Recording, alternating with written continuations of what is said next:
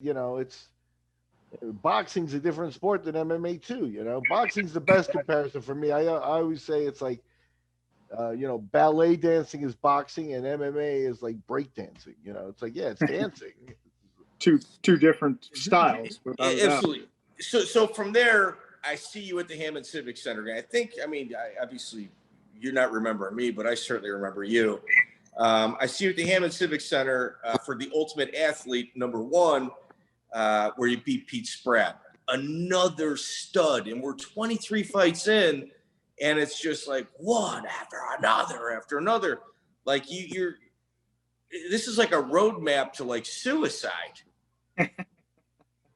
Well, my wife always says that they've definitely damaged my brain because I terrible to go to the grocery store with a list. I don't ever get the right stuff, Well, to be honest with you, all joking aside, if you had to put a number on it, how many concussions do you think you got, like throughout the whole fight game and stuff? Have you sat down? Couldn't even count. I was so dumb and so I'll just sleep this off and be fine in the morning type deal. And obviously I knew I had a concussion, so obviously I'd stay up for an hour and I'd be like, oh, I'm okay, and then then it would be all right. But yeah, you have no idea.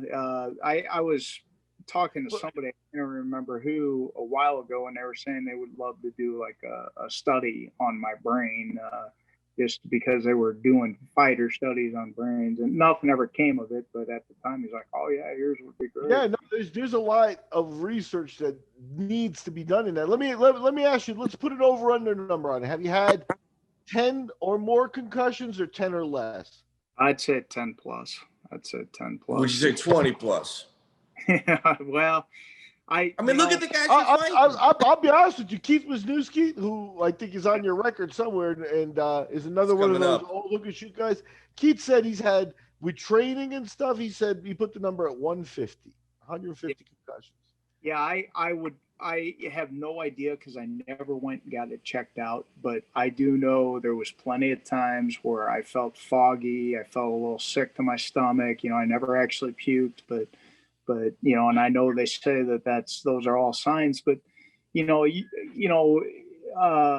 mindset is just different. Like I didn't want to admit I was hurt. It was one of those things where I'd be fine, just don't be a whiner, blah, blah, blah. And, and so all the time, I would just go home and take care of myself, All right. So that Pete Spratt fight, what do you recall from it? I just remember everybody telling me he's a WBO Muay Thai champ of the world, and it was real good. Watch out. And then in my head, that just had me starting to say, well, I'm not scared of him. I box with better guys, so I'm looking forward to this. And again, it was the same thing. My coaches were telling me, take him down.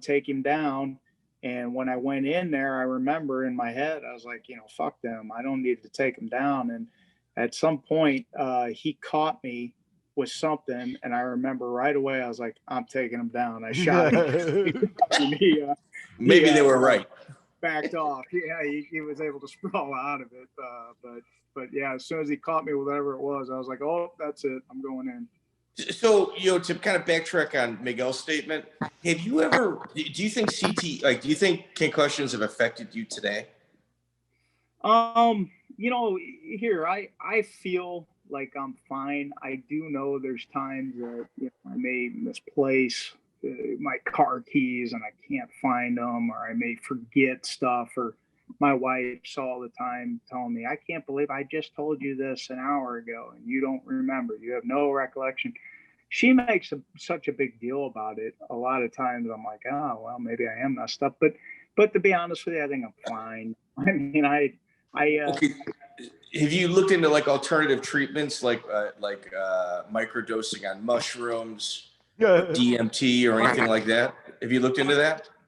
My wife, she's suggested the mushrooms many times. I think we've got some, but we haven't done them. So I'm a union, and I run the program out at U.S. Steel. So I don't mess with that stuff, you know, in case I was ever to get tested. But well, Steve, if there is no test for mushrooms or DMT. oh, really? So, Okay.